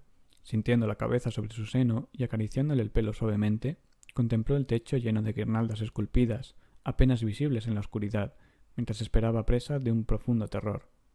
Es lo adecuado, pero resulta tan duro, gimió Francisco. Oh, Dios mío, resulta tan duro. Al cabo de un rato levantó la cabeza y se sentó. Había dejado de temblar. ¿Qué pasa, Francisco?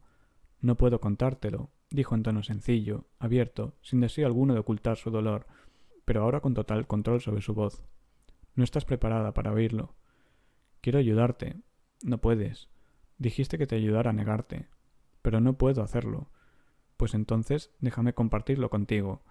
Negó con la cabeza y se sentó, mirándola como si evaluara una pregunta. Luego volvió a mover su cabeza como hablando consigo mismo.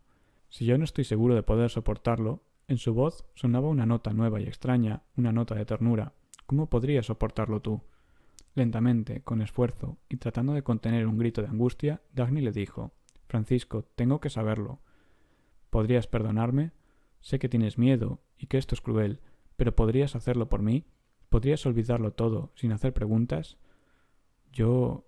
Es lo mejor que puedes hacer por mí, ¿sí? Sí, Francisco. No temas, no volverá a sucederme. Solo fue esta vez. Así será más fácil después. Si yo pudiera... No, descansa, querida. Era la primera vez que utilizaba esa palabra. Por la mañana se enfrentó a ella abiertamente, sin eludir su ansiosa expresión, pero sin decirle nada. En la calma de su rostro, Dagny vio serenidad y sufrimiento a la vez, algo así como una sonrisa de dolor, aunque no sonriera. Sorprendentemente, lo hacía parecer más joven, no como un hombre que está siendo torturado, sino como quien considera digno soportar una tortura. No volvió a preguntarle, solo dijo antes de partir: ¿Cuándo te volveré a ver? No lo sé, repuso. No me esperes, Dagny. La próxima vez que nos encontremos no querrás verme. Tengo un motivo concreto para hacer lo que haré, pero no puedo revelarte la razón, y estarás en tu derecho si me maldices.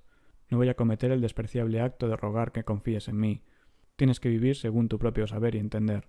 Me maldecirás y te sentirás desgraciada, pero trata de que el dolor no sea demasiado fuerte. Recuerda lo que te estoy diciendo, que es todo cuanto puedo revelarte. Estuvo un año sin saber nada de él.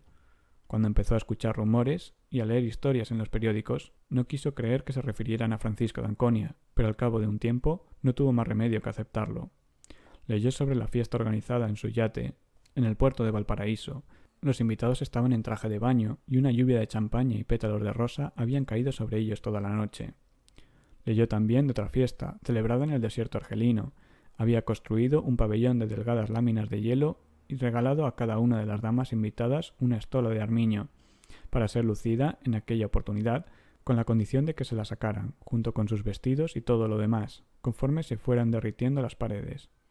Se enteró de las transacciones financieras realizadas a intervalos regulares, espectacularmente afortunadas para él y ruinosas para sus competidores, pero las iniciaba como un deporte, de manera imprevista, para desaparecer luego de la escena industrial durante un año o dos, mientras dejaba a Danconia Copper al cuidado de sus empleados. Leyó una entrevista en la que se preguntaba: ¿por qué querría seguir haciendo dinero?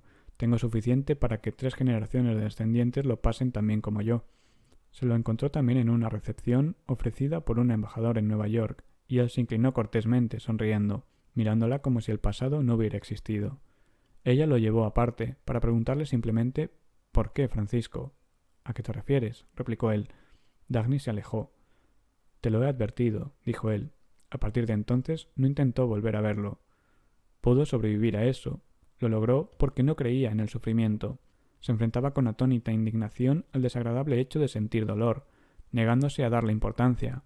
Padecer era un accidente sin sentido y no formaba parte de la vida, tal como ella la consideraba. Nunca permitiría que la aflicción llegara a cobrar significado. No había podido definir su propia resistencia ni la emoción de donde aquella resistencia provenía, pero las palabras que la representaban en su mente eran: no tiene importancia, no debo tomarlo en serio. Lo recordaba, incluso en los momentos en que nada le quedaba, y deseaba perder la facultad de la conciencia para no darse cuenta de que lo que no podía ser cierto era cierto. Una inconmovible confianza la instaba a no tomar todo aquello en serio, puesto que el dolor y el horror no merecían tal cosa. Luchó y consiguió reponerse. Con los años pudo alcanzar primero la capacidad de enfrentarse con indiferencia a los recuerdos, y más tarde la fortaleza de no recordar. Todo había terminado y ya no le importaba en absoluto. No vio ningún otro hombre en su vida, no sabía si solo hacía o no desdichada, y no tenía tiempo para averiguarlo. Su trabajo le otorgó un sentido claro y brillante de la vida, tal como ella quería.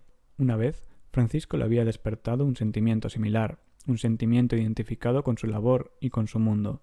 Los hombres a los que conoció desde entonces tenían rasgos parecidos a los de aquellos con quienes había conversado durante su primer baile. Había ganado la batalla contra sus recuerdos, pero cierta forma de tormento seguía latente a través de los años. La torturaba la pregunta ¿por qué? Cualquiera que fuese la tragedia que lo había afectado, ¿por qué Francisco había adoptado el innoble camino de un alcohólico ordinario? El muchacho al que ella conociera años atrás no podía haberse convertido en un inútil cobarde. No podía volcar su incomparable inteligencia en la organización de fiestas.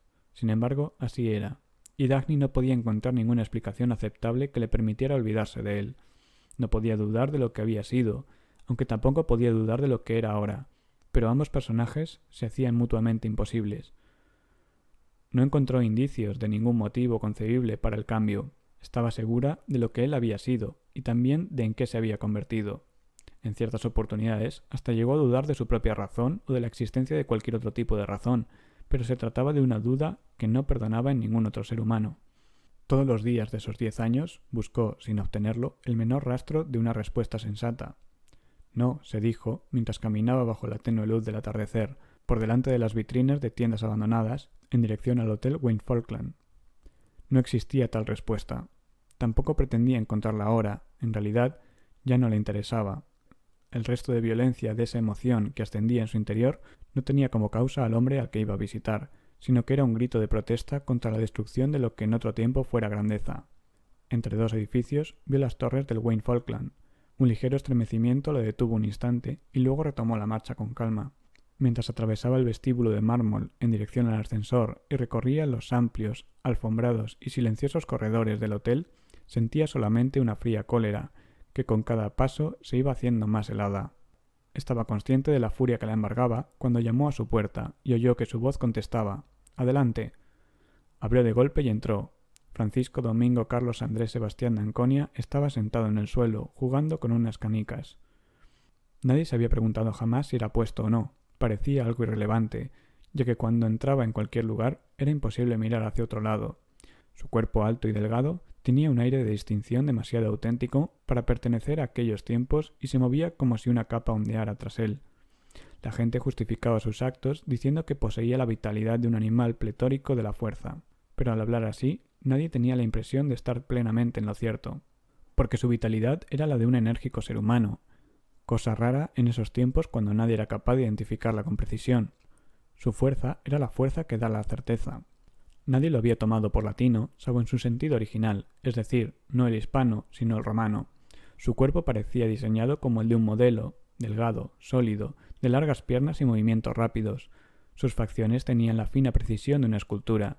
Tenía cabello lacio negro, peinado hacia atrás. El bronceado de su piel intensificaba el asombroso azul claro y puro de sus ojos.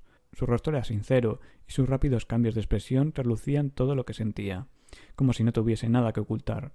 Su mirada era tranquila e inmutable, y jamás revelaba el mínimo indicio sobre sus pensamientos. Estaba sentado en el suelo de la habitación, con un pijama de seda negra.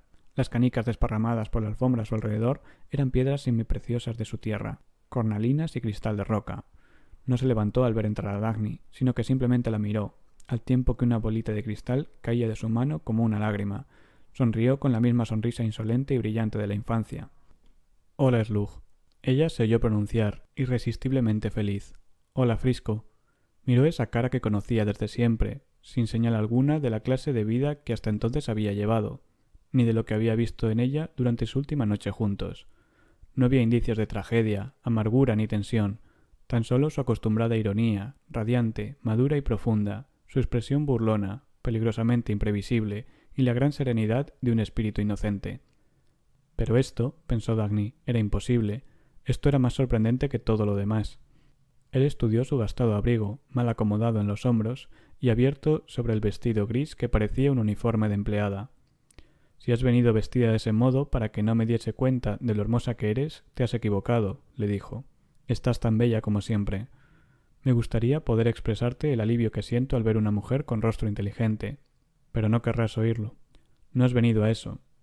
Aquellas palabras resultaban poco propicias en muchos aspectos, y fueron pronunciadas con tanta ligereza que volvieron a Dagny a la realidad, a la cólera y al propósito inicial de su visita.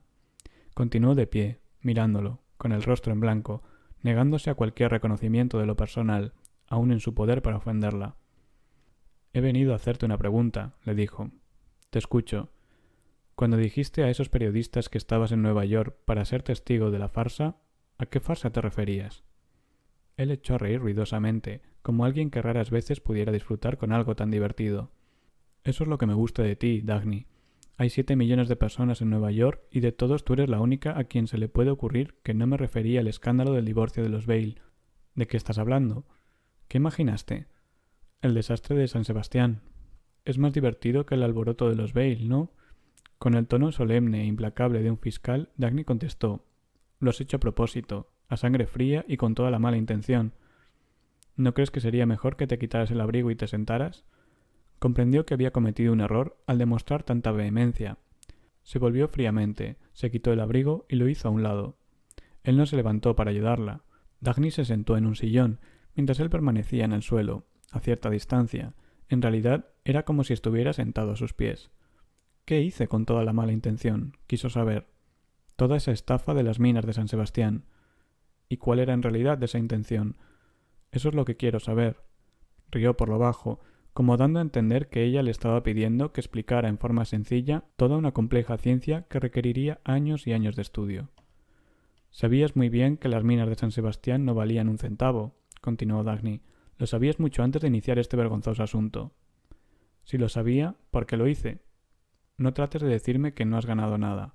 Sé que has perdido 15 millones de dólares. Sin embargo, lo hiciste a propósito. ¿Puedes imaginarte algún motivo que me indujera a ello? No, es inconcebible. ¿De veras? Me atribuyes una mente brillante, un gran conocimiento y una gran capacidad productora, por lo cual todo cuanto emprendo ha de resultar necesariamente útil. Sin embargo, argumentas que no tengo deseo alguno de esforzarme en favor de la República Popular de México. Inconcebible, ¿no crees? Antes de adquirir esa propiedad, sabías que México estaba en manos de un gobierno de ladrones. No tenías por qué iniciar semejante empresa minera. No, no tenía por qué hacerlo. Te importaba un comino ese gobierno mexicano, de una forma u otra, porque en eso te equivocas. Sabías que tarde o temprano ibas a expropiar esas minas. Lo que perseguías era a tus accionistas estadounidenses, ¿no es así? En efecto, la miraba de frente, pero sin sonreír, con el rostro atento y grave. Eso forma parte de la verdad, añadió. ¿Y el resto? No era todo lo que buscaba. ¿Qué más buscabas? Eso lo tendrás que descubrir tú. He venido porque quería hacerte saber que estoy empezando a comprender tus propósitos. Si así fuera, no habrías venido, observó él sonriente. Es cierto, no lo comprendo en su totalidad, y probablemente nunca lo entienda. Tan solo percibo una pequeña parte. ¿Qué parte? Que has agotado toda forma de depravación y buscas nuevas emociones, engañando a personas como Jim y sus amigos, con el único propósito de verlos temblar de miedo. No sé qué clase de corrupción es la tuya, que puede hacerte disfrutar con semejante cosa, pero a eso es a lo que has venido a Nueva York, y en el momento preciso. Desde luego han dado un espectáculo de terror mortal, sobre todo tu hermano James. Son unos imbéciles, pero en todo caso su crimen ha sido de confiar en ti, confiar en tu nombre y en tu honor. Una vez más observó en él la expresión grave de antes, y de nuevo supo que era sincero cuando respondió: En efecto, así es, lo sé. ¿Y te parece divertido? No, para nada. Él había seguido jugando con las canicas de cristal, moviéndolas de manera indiferente y distraída de vez en cuando. Pero Dagny observó la precisión de sus manos en aquel ejercicio. Con una leve oscilación de su muñeca, la piedra partía disparada sobre la alfombra, para ir a chocar contra otra con un golpe seco. Dagny se acordó de su niñez y de las predicciones acerca de que cuanto intentara resultaría perfecto. No, repitió, no me parece divertido. Ni tu hermano James ni sus amigos sabían nada de la industria minera del cobre. No sabían cómo ganar dinero, ni creyeron necesario aprenderlo. Consideraban superfluo el conocimiento e innecesario al juicio personal. Observaron que yo estaba en el mundo y que empeñaba mi honor por saber, y pensaron que podían confiar en mi honor. Y nadie traiciona una confianza semejante, ¿no crees? Entonces, ¿lo hiciste deliberadamente? Eres tú quien ha de decidirlo. Hablaste de su confianza y de mi honor. Yo he dejado de pensar en esas cosas. Se encogió de hombros y agregó: Me importan un bledo tu hermano James y sus amigos. Su teoría no es nueva, ha sido usada durante siglos, pero no es a prueba de engaños. Existe un punto que no han considerado. Obraron sobre la premisa de que lo único que deseo es ganar dinero, pero ¿y si no fuera así? Si no es así, ¿cuál sería tu objetivo? Nunca me lo han preguntado. No indagar acerca de mis propósitos, motivos o deseos es parte esencial de su teoría. Si no te impulsa el afán de riquezas, ¿qué otro motivo puedes tener? Cualquiera. Por ejemplo, gastar dinero. ¿Gastar dinero en un previsible fracaso total? ¿Cómo iba yo a saber que esas minas eran un fracaso total? ¿Cómo podías ignorarlo? Muy sencillo, no pensando en ellas. ¿Quieres decir que empezaste el proyecto sin pensarlo? No, no es eso. Pero ¿acaso no puedo equivocarme? Soy un ser humano. Cometí un error y coseché un fracaso. Las cosas no han ido bien. Con un movimiento de su muñeca, una de las piedrecillas partió disparada y chocó contra otra oscura, situada en el extremo opuesto de la habitación. No te creo, dijo Dagny. ¿No? ¿No tengo derecho a comportarme de la manera que hoy se acepta para los demás? ¿Debo pagar los errores de otros sin que se me permita cometer ninguno? Tú no eres así. ¿No? Se tendió sobre la alfombra, perezosamente, relajado. Si insistes en hacerme creer que lo hice a propósito, es que aún me concedes dicha facultad. Me sigues creyendo capaz de algo. ¿Es que todavía no puedes aceptarme como un vago? Dagny cerró los ojos. Lo oyó reír, con la risa más alegre del mundo. Volvió a abrir los ojos, pero no había en su cara indicio alguno de crueldad, sino de simple goce. ¿Quieres saber mi motivo, Dagny? ¿No te imaginas que fue el más sencillo de todos? ¿El de una inspiración del momento? No, pensó, no podía ser cierto. No se reía de aquel modo, y se comportaba de esa manera. La capacidad para una alegría franca y sin obstáculos no pertenece a los locos irresponsables. La inviolable paz del espíritu no es propia de los insensatos. Reír de aquel modo era resultado de una reflexión mediata y grave. Tendido sobre la alfombra, a sus pies, lo vio tal como sus recuerdos lo evocaban. El pijama negro realzaba la larga línea de su cuerpo. El cuello abierto mostraba una piel bronceada y juvenil, y vino a su mente aquella otra imagen de él, con pantalón negro y camisa del mismo color, tendida junto a ella sobre la hierba, al amanecer. En aquella ocasión había sentido orgullo, el orgullo de considerarlo suyo, y aún seguía sintiéndolo. Repentinamente, y con detalles, recordó aquellos actos tan íntimos que habían compartido. Ese recuerdo, ahora, debería haber sido ofensivo para ella, pero no lo era. Seguía siendo orgullo, sin arrepentimientos ni esperanzas. Era una emoción que carecía del poder suficiente como para alcanzarla, y que le resultaba imposible de anular. Sin saber cómo, por una asociación de sentimientos que la asombró, fue recordando lo que, de modo reciente, le había proporcionado la misma plena y total alegría que a él. Francisco, se oyó decir suavemente: a los dos nos gustaba la música de Richard Halley. Todavía me gusta. ¿Lo has conocido? Sí. ¿Por qué? ¿Sabes si por casualidad ha escrito un quinto concierto? Él se quedó completamente inmóvil. Siempre lo había considerado impermeable al asombro, pero, a juzgar por su actitud, no era así. No podía comprender por qué. De todo cuanto había dicho, esto era lo primero que lograba conmoverlo. Pero su perplejidad duró solo un instante, porque enseguida Francisco preguntó, sin inmutarse: ¿qué te hace suponer que lo ha hecho? ¿Lo he escrito, sí o no? Sabes perfectamente que solo existen 4 conciertos de Halley. Sí, pero estuve pensando en si habría escrito algún otro. Ha dejado de componer. Lo sé. Entonces, ¿por qué me lo preguntas? Ha sido una simple ocurrencia. ¿Qué hace ahora? ¿Dónde está? No lo sé, llevo mucho tiempo sin verlo. ¿Por qué piensas que existe un quinto concierto? No he dicho que existiera, tan solo pregunto si lo habrá compuesto. ¿Por qué te has acordado de Richard Halley precisamente ahora? Porque por un instante estuvo a punto de perder el dominio de sí misma, porque mi mente no puede cruzar el abismo que separó la música de Richard Halley de la señora Bale. Él rió aliviado. De modo que ha sido eso. Y a propósito, si has seguido mi publicidad, ¿No has observado cierta leve y divertida contradicción en esa historia de la señora Bale? No leo semejantes tonterías. Deberías hacerlo. Ofrecí una bella descripción del último fin de año que pasamos juntos en mi casa de los Andes. La luz de la luna iluminaba las cimas de las montañas, y en las bardas abundaban las bellas flores rojas, visibles por las abiertas ventanas. ¿No notas nada raro en esa descripción? Soy yo quien debería preguntártelo, repuso ella, pero no lo pienso hacer. Solo te diré una cosa. El último fin de año me encontraba en El Paso, Texas, presidiendo la inauguración de la línea San Sebastián de Taggart Transcontinental. Como debo recordar muy bien, aun cuando no te hallaras presente, me hice fotografiar abrazando a tu hermano James y al señor Owen Boyle. Ella contuvo una exclamación cuando recordó que era cierto, y le vino a la memoria la historia de la señora Bale que había leído en el periódico. Francisco, ¿qué significa eso? Él se rió brevemente. Saca tus propias conclusiones, Dagny. Su rostro se había puesto serio. ¿Por qué pensaste que Halley había escrito un quinto concierto? ¿Por qué en una sinfonía o una ópera? ¿Por qué precisamente un concierto? ¿Y por qué te preocupa tanto ese detalle? No me preocupa, y agregó suavemente, es que todavía me gusta su música, Dagny. Recobró su aire displicente y añadió, pero pertenece a otra época. La actual proporciona distracciones muy diferentes. Se puso las manos bajo la cabeza y miró al techo, como si en él se proyectara una película. Dagny, ¿no te divirtió el comportamiento de la República Popular de México con respecto a las minas de San Sebastián? ¿Has leído los discursos y los artículos que publicaron sus periódicos?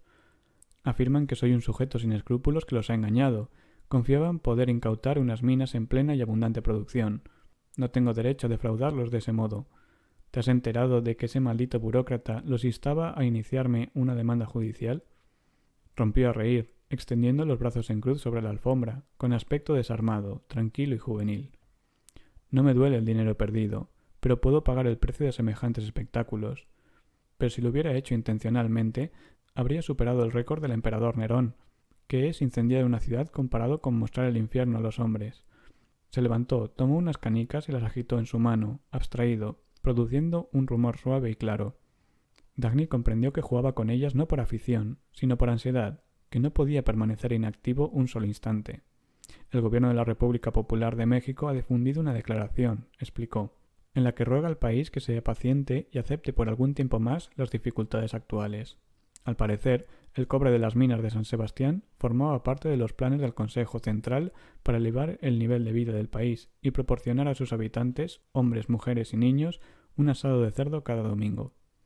Ahora ruegan al país que no recrimine al gobierno por lo ocurrido, sino a la depravación de los ricos, porque yo no soy más que un playboy irresponsable, y no el voraz capitalista que creían.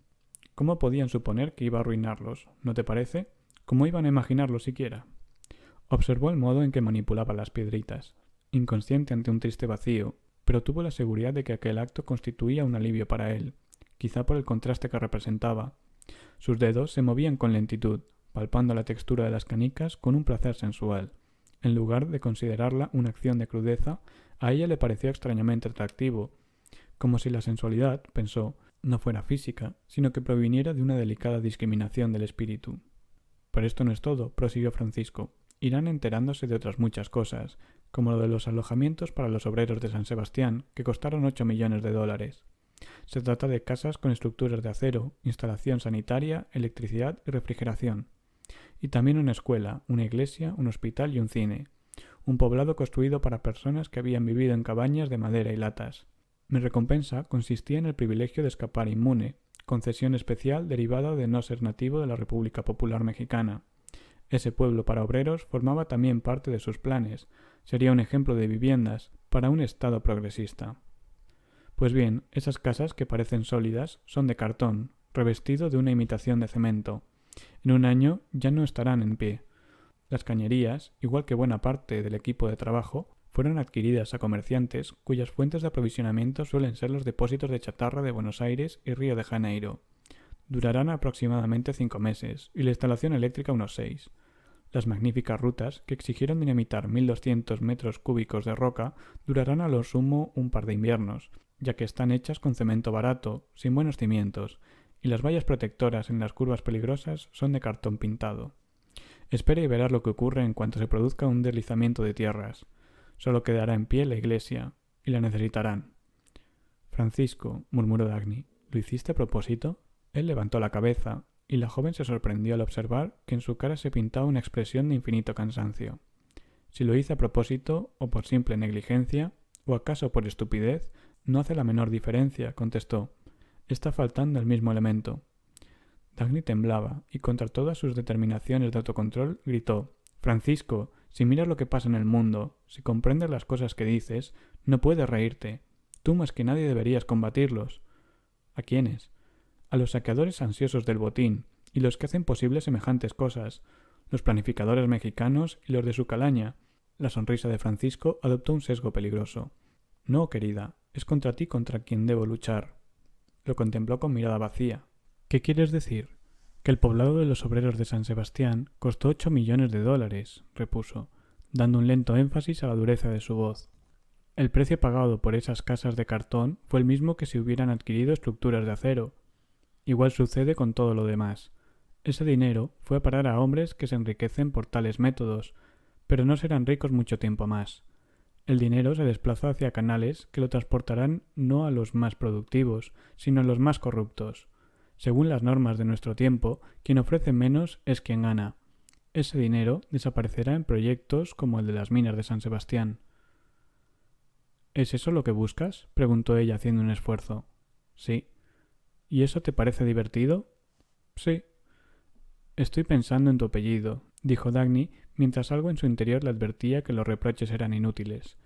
Siempre ha sido tradición en tu familia que los Danconia dejen una fortuna mayor que la que recibieron. Oh, sí, mis antepasados tuvieron una notable habilidad para obrar acertadamente en el momento preciso, y para invertir el dinero de la manera más productiva. Pero, desde luego, inversión es un concepto de significado relativo. Depende de lo que se quiera conseguir.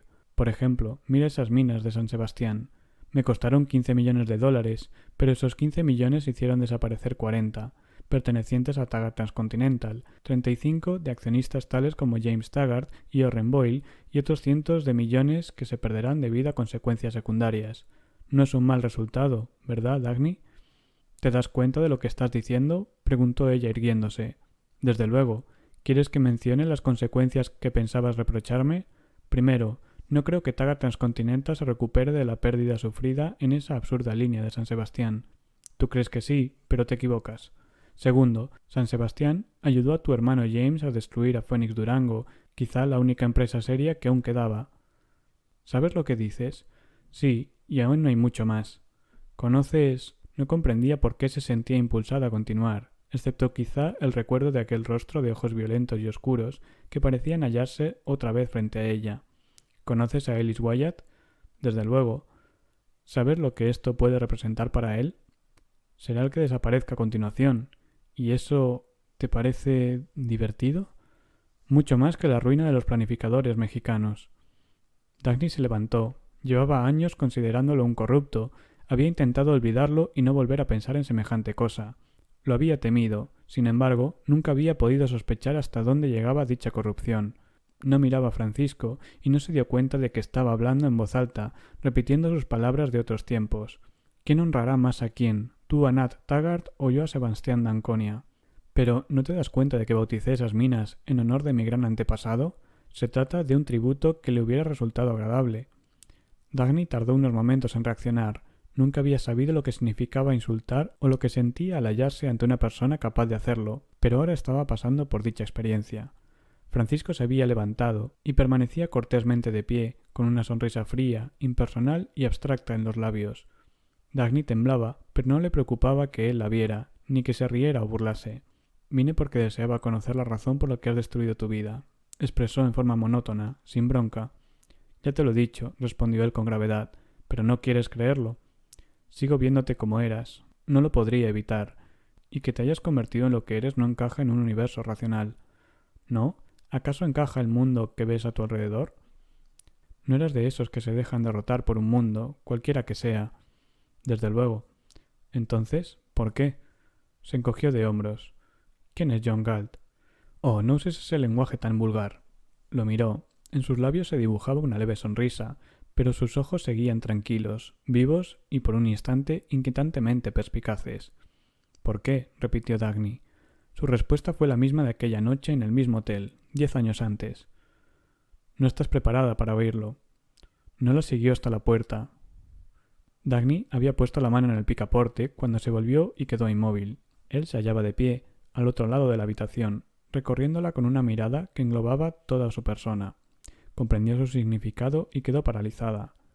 «Aún quiero acostarme contigo», dijo Francisco, «pero no soy un hombre lo suficientemente feliz como para hacerlo». «¿Tú no eres bastante feliz?», preguntó Dagny, totalmente asombrada. Él echó a reír. «¿No crees que debería responder a la primera parte?». Esperó, pero ella seguía en silencio. «Tú también lo deseas, ¿verdad?». Estuvo a punto de contestarle no, pero comprendió que la verdad era aún peor. «Sí», respondió fríamente, «pero me importa muy poco». Él sonrió apreciando plenamente el esfuerzo que le había costado pronunciar tales palabras, pero no sonreía cuando dijo, mientras Dagny abría la puerta para marcharse: «Tienes muchísimo coraje, Dagny. Algún día te cansarás de eso». «¿De qué? ¿De ser valiente?». Francisco de Anconia permaneció callado.